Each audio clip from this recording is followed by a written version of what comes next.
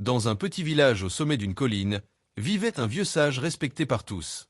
On disait qu'il connaissait les réponses à toutes les questions, car il avait écouté, observé et médité toute sa vie. Un jour, un jeune homme, arrogant et avide de prouver sa supériorité, monta jusqu'à la maison du sage avec une intention bien précise. Il attrapa un petit oiseau entre ses mains et se dit « Je vais piéger le vieux. Je lui demanderai si l'oiseau dans mes mains est vivant ou mort. S'il dit qu'il est vivant, je le tuerai en serrant les mains. S'il dit qu'il est mort, je l'ouvrirai et il verra l'oiseau vivant.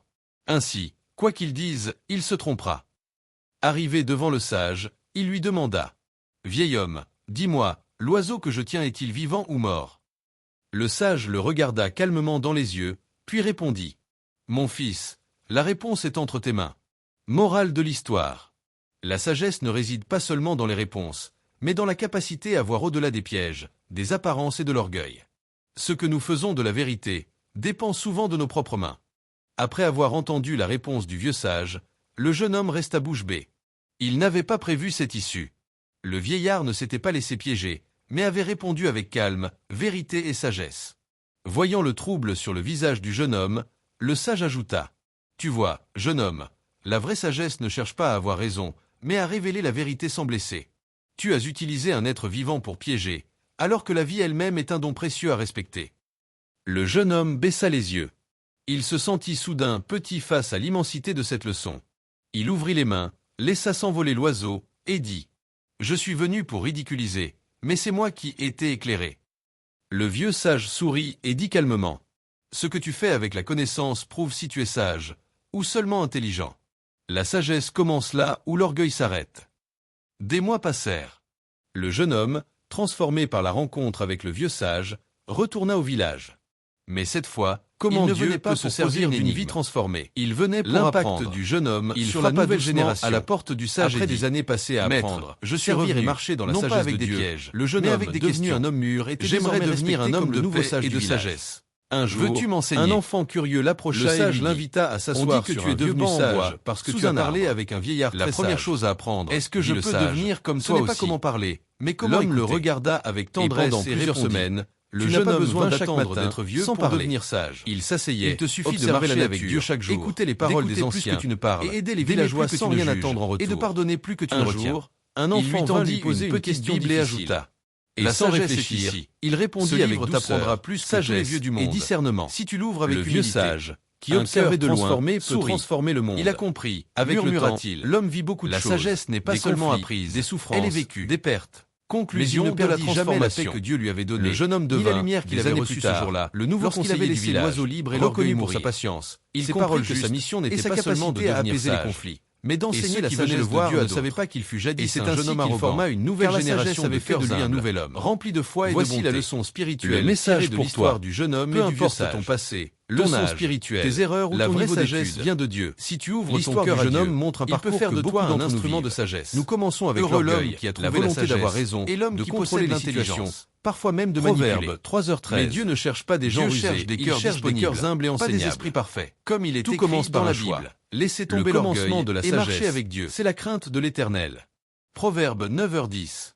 Cela signifie que la vraie sagesse commence quand nous reconnaissons que Dieu est plus grand que nous avons besoin de lui, et que nous devons marcher dans l'humilité. Le jeune homme n'a trouvé la sagesse qu'après avoir écouté, observé et servi. C'est aussi ce que Jésus a enseigné. Celui qui veut être le plus grand parmi vous, qu'il soit votre serviteur. Matthieu 23h11. Application pour notre vie aujourd'hui. Si tu veux être sage, commence par écouter Dieu dans sa parole.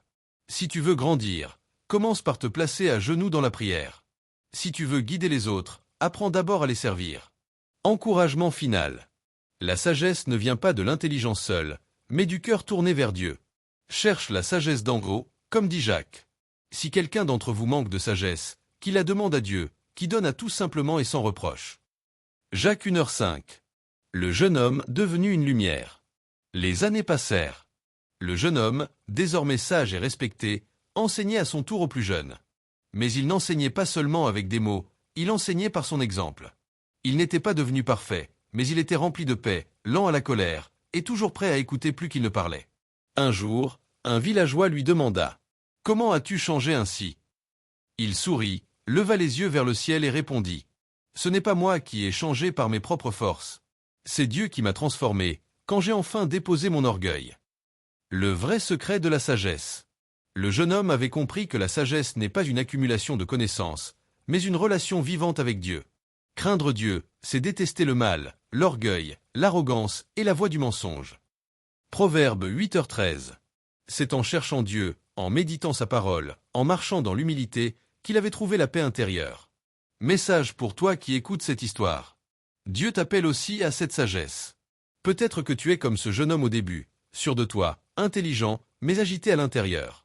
Dieu te dit aujourd'hui, si tu manques de sagesse, demande-la-moi, et je te la donnerai. Jacques 1h05, paraphrase. Ne cherche pas à impressionner les gens. Cherche à plaire à Dieu. Ne cherche pas à parler plus fort que les autres. Cherche à écouter la voix du Saint-Esprit. Comme le jeune homme, tu peux devenir une lumière pour les autres, si tu acceptes de laisser Dieu t'enseigner.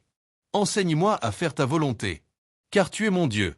Ton bon esprit me conduira sur la voie droite. Psaume 143, 10. La question du garçon. Un jour, un petit garçon de 10 ans vint le voir. Il avait entendu toutes les histoires sur lui. Est-ce que tu n'as plus jamais douté, ni péché, ni fait d'erreur depuis que tu es devenu sage? Le sage rit doucement. Oh non, j'ai encore peur parfois. Je me trompe encore. Mais aujourd'hui, je reviens à Dieu plus vite qu'avant. Je ne reste pas dans l'orgueil. J'apprends à m'abaisser plus rapidement. Et il ajouta. La sagesse ne te rend pas parfait. Elle te rend plus soumis à Dieu. Le temps du disciple. Un jeune homme du village, nommé Élior, cherchait Dieu de tout son cœur. Il venait écouter le sage chaque jour. Un soir, il demanda. « Maître, puis-je devenir ton disciple ?» Le sage le regarda dans les yeux. « Si tu veux devenir sage, commence par apprendre à écouter. Ne cherche pas à avoir des réponses rapides. Apprends à poser les bonnes questions. Et surtout, apprends à marcher lentement. » « Pourquoi lentement ?» demanda Élior. « Parce que la sagesse se cache souvent dans les détours, les silences et les souffrances. » L'épreuve de la perte. Un jour, une inondation frappa le village. Des maisons furent détruites. Des familles perdirent tout. Et le sage perdit son jardin, le lieu où il priait et méditait chaque matin. Le peuple était abattu. Ils vinrent tous à lui pour être consolés. Mais ils le trouvèrent assis sous la pluie, en silence. « Tu ne dis rien ?» demanda un homme. Le sage répondit. « Je souffre avec vous. Mais je veux d'abord écouter ce que Dieu veut nous dire à travers cette épreuve. Car même dans le malheur, il parle. » Puis il pria avec eux. Pas de grandes paroles. Seulement des soupirs, des larmes et l'espoir. Le livre ouvert. Dans les mois qui suivirent, le sage ouvrit de plus en plus souvent le vieux carnet laissé par son maître. Il y écrivait ses propres pensées, ses prières, ses méditations. Voici quelques mots écrits dans ce carnet. La sagesse ne te rend pas fort devant les hommes. Elle te rend faible devant Dieu. Et c'est dans cette faiblesse que tu trouves sa force. Si tu veux parler, commence par prier. Si tu veux diriger, commence par servir. Si tu veux changer les autres, commence par changer ton cœur. Tu n'as pas besoin d'être grand pour être entendu. Tu as seulement besoin d'être vrai. Il partageait ses paroles avec les jeunes qui le suivaient. Chapitre 14. La transmission. Le temps passait. Le sage vieillit. Un jour, il réunit ses disciples sous un grand arbre. « Je ne serai pas toujours là.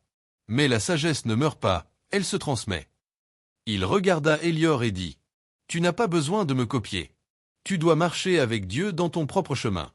Mais souviens-toi toujours, reste humble, reste simple, reste proche de ceux qui souffrent. C'est là que Dieu agit. » Il leur donna une copie de son carnet. Et dit, « Ce que vous avez reçu gratuitement, donnez-le aussi gratuitement. » La vision prophétique. La nuit suivante, le sage fit un rêve. Il vit un champ immense, avec des graines plantées partout. Le vent soufflait, et des tiges poussaient. Puis il entendit une voix. « Tu as semé dans le silence. Maintenant, regarde ce que moi, le Seigneur, je ferai grandir. » Il se réveilla en pleurant. « Seigneur, que ta sagesse continue à grandir dans leur cœur. » Le dernier conseil. Peu de temps après, le sage sentit ses forces le quitter. Il réunit les anciens du village et dit, « La plus grande erreur que vous pouvez faire, c'est de croire que vous savez déjà tout. Restez des élèves toute votre vie. » Puis, dans ces derniers jours, il écrivit une dernière phrase dans son carnet. « La sagesse ne finit pas avec moi. Elle commence avec vous, si vous continuez à marcher avec Dieu. Une vie qui porte du fruit. Après sa mort, les enfants du village vinrent lire ses carnets. Des familles racontaient ses histoires autour du feu. Son nom n'était plus prononcé comme un titre, mais comme une bénédiction. Et un proverbe circulait désormais dans toute la région. Si tu veux devenir sage, commence par écouter un cœur humble. Message spirituel. Tu peux être comme ce jeune homme, transformé par l'humilité. Tu peux être comme Élior, en quête de la vérité, marchant lentement mais sûrement. Tu peux être comme le vieux sage, un instrument entre les mains de Dieu. Mais tout commence par une décision. Dépose ton orgueil, et suis le chemin de Jésus. Héritier de la sagesse. Après le départ du sage. Après la mort du vieux sage, le village ressentit un vide. Plus personne n'était là pour donner un conseil en un mot, un silence qui apaisait tout, un regard qui comprenait sans juger. Pendant quelques semaines, certains se disputèrent, d'autres se replongèrent dans leurs anciennes habitudes, la critique, l'orgueil, l'impatience. Élior, son disciple, observait tout cela avec tristesse. Un soir, il s'assit seul près du vieux banc où le sage passait ses journées. Il se souvenait de ces paroles. La sagesse ne dépend pas de moi, elle dépend de Dieu. Cherchez-le, et vous la trouverez toujours. Élior comprit qu'il devait maintenant oser prendre sa place, non pas comme un nouveau maître, mais comme un humble serviteur. La première décision. Le lendemain, il réunit les habitants. Il ne monta pas sur une estrade. Il ne parla pas fort. Il s'assit simplement par terre et dit : « Nous avons tous admiré le sage. Mais si nous voulons que sa lumière brille encore, nous devons apprendre à marcher nous-mêmes sur le chemin qu'il nous a montré. » Un vieil homme protesta. « Mais toi, tu es encore jeune. Qui es-tu pour nous enseigner ?» Élior baissa la tête. « Je ne suis personne. Juste un homme qui a soif de Dieu. Si vous attendez un autre sage parfait, vous attendrez toujours. Mais si nous décidons ensemble de pratiquer la patience, l'humilité et la prière, la sagesse ne mourra pas. » Un silence remplit la place. Et peu à peu, chacun se sentit repris. Parce que la vérité était dans la simplicité de ces mots. Les semailles de la sagesse. Ils se mirent d'accord pour faire chaque semaine un rassemblement, où chacun partagerait ses erreurs de la semaine, pour apprendre ensemble. Une parole des Écritures. Une action de bonté accomplie. Élior ne se tenait pas au-dessus d'eux. Il commençait toujours en avouant : « Moi aussi, j'ai été impatient. Moi aussi, j'ai douté. Moi aussi, j'ai oublié de prier. » Et plus il montrait sa vulnérabilité, plus les cœurs s'ouvraient. Étincelle chapitre 21, la leçon de la lampe. Un soir, un enfant apporta une petite lampe à huile. « Pourquoi cette lampe ?» demanda Élior. C'était celle du sage. Il disait qu'elle devait rester allumée la nuit, pour que ceux qui se perdaient puissent trouver leur chemin. L'enfant posa la lampe sur le vieux banc. Elle éclairait faiblement, mais suffisait à montrer le sentier. Élior sourit. C'est une belle image.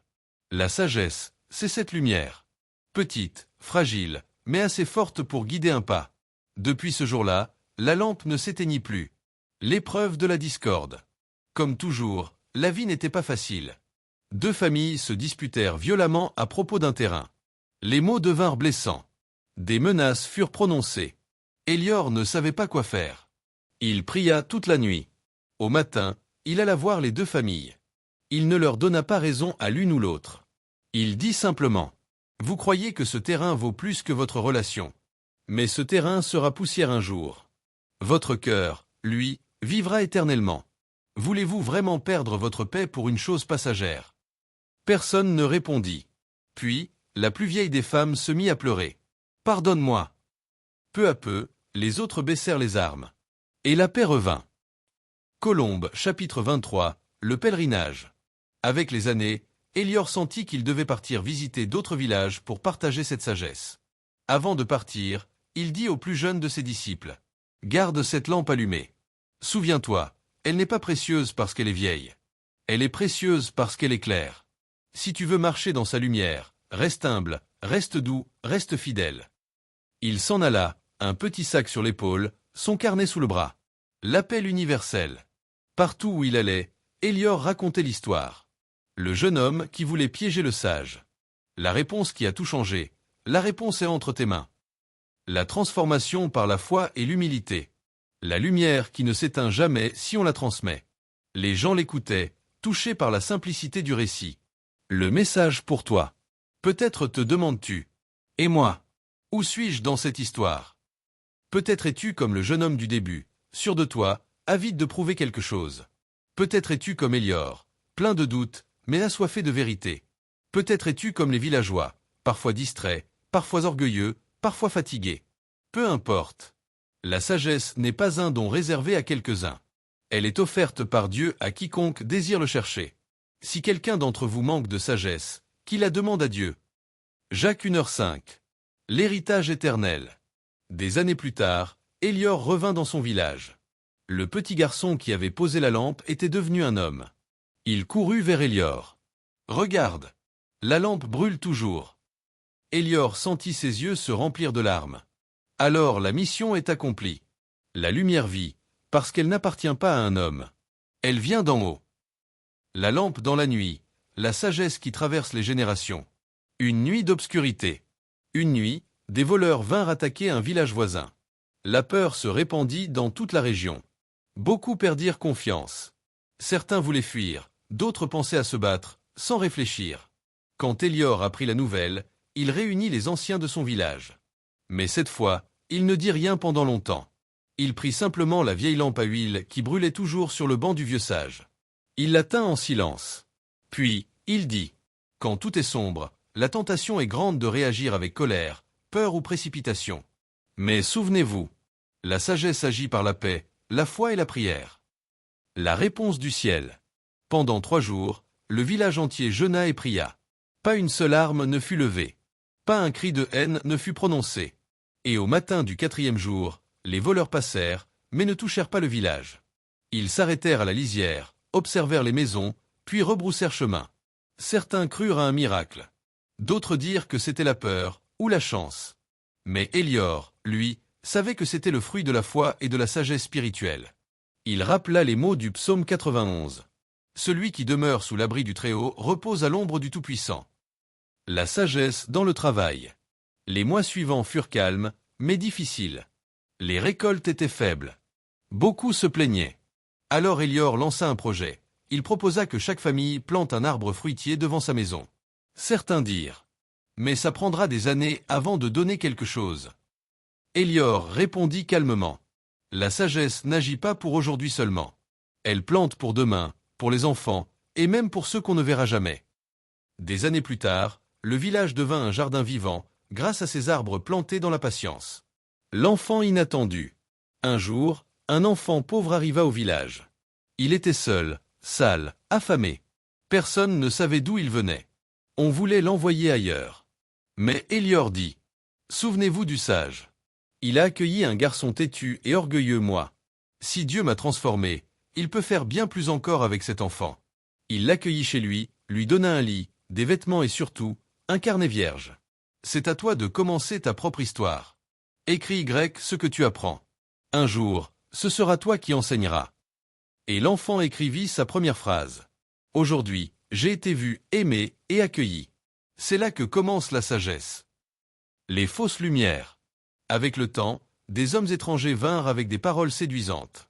Ils disaient, « Pourquoi chercher la sagesse? Venez avec nous, on vous fera riche, puissant, célèbre. » Certains jeunes voulurent les suivre.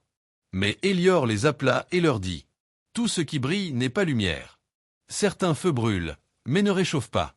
D'autres éclairent, mais vous mènent dans le piège. » Puis il montra la vieille lampe. Cette flamme est petite, mais elle n'a jamais changé. Parce qu'elle ne vient pas des hommes, elle vient de Dieu. Le dernier conseil d'Élior. Un soir, sentant sa fin approcher, Élior réunit ses proches. Il leur laissa 3 objets. Un vieux carnet, avec ses méditations et prières. 2 la lampe, toujours allumée. 3 une graine, dans un petit sachet. Et il dit, « Le carnet vous rappellera le passé. La lampe vous guidera dans le présent.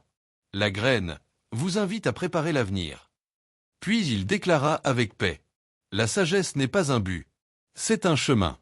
Et ce chemin commence chaque matin, si tu es prêt à marcher avec Dieu. » Ton appel, aujourd'hui. Cette histoire continue. Car toi qui lis ceci ou écoutes cette histoire, tu fais partie du récit. Ce n'est pas une simple fable. C'est un appel. À choisir l'humilité plutôt que l'orgueil. À écouter Dieu avant de parler. À semer dans la patience. à pardonner au lieu de riposter, à briller d'une lumière vraie, même petite, car la sagesse de Dieu est plus puissante que toute la force du monde. Prière finale. Seigneur, donne-moi un cœur humble, un esprit disposé à apprendre, des oreilles pour écouter ta voix, et des mains pour servir avec amour. Que je sois une lampe qui éclaire, l'histoire du vieux sage, arbre qui porte du fruit, et de la lampe et un qui ne s'éteint jamais n'est pas seulement chaque jour dans la vérité. C'est un miroir Seigneur, tendu à chacun fais de moi un héritier de ta une sagesse. invitation À choisir la voie de Amen. Dieu, à marcher dans la sagesse, non pas celle du monde, mais celle qui vient d'en haut. Cette sagesse ne crie pas, mais parle dans le silence. Ne s'impose pas, mais s'offre à ceux qui la cherchent. Ne s'achète pas, mais se reçoit dans la prière, l'écoute et l'humilité. Aujourd'hui encore, la lampe de la sagesse est entre tes mains. Tu peux l'éteindre par l'orgueil, la colère ou l'égoïsme. Ou tu peux l'entretenir, l'allumer chez les autres et devenir un porteur de lumière. Tu n'as pas besoin d'être parfait, ni ancien, ni célèbre. Il suffit d'un cœur humble, d'un esprit disposé et d'une foi sincère. Alors, à toi maintenant. Que feras-tu de cette sagesse reçue? La garderas-tu pour toi? Ou la transmettras-tu comme Élior, pour qu'elle continue d'éclairer le monde? Dernier verset pour méditer. Voici ce que dit le Seigneur, que le sage ne se glorifie pas de sa sagesse, mais que celui qui veut se glorifie de ceci, d'avoir de l'intelligence et de me connaître, moi, l'Éternel. Jérémie 9, 23-24. Que Dieu te bénisse et t'éclaire, toi qui as écouté ou lu cette histoire. Que sa sagesse remplisse ton cœur chaque jour. Si tu veux, je peux t'écrire maintenant une phrase finale pour ta vidéo ou ton podcast, du genre. Si cette histoire t'a parlé, n'oublie pas de t'abonner à la chaîne, de partager cette lumière autour de toi, et de continuer à marcher sur le chemin de la sagesse.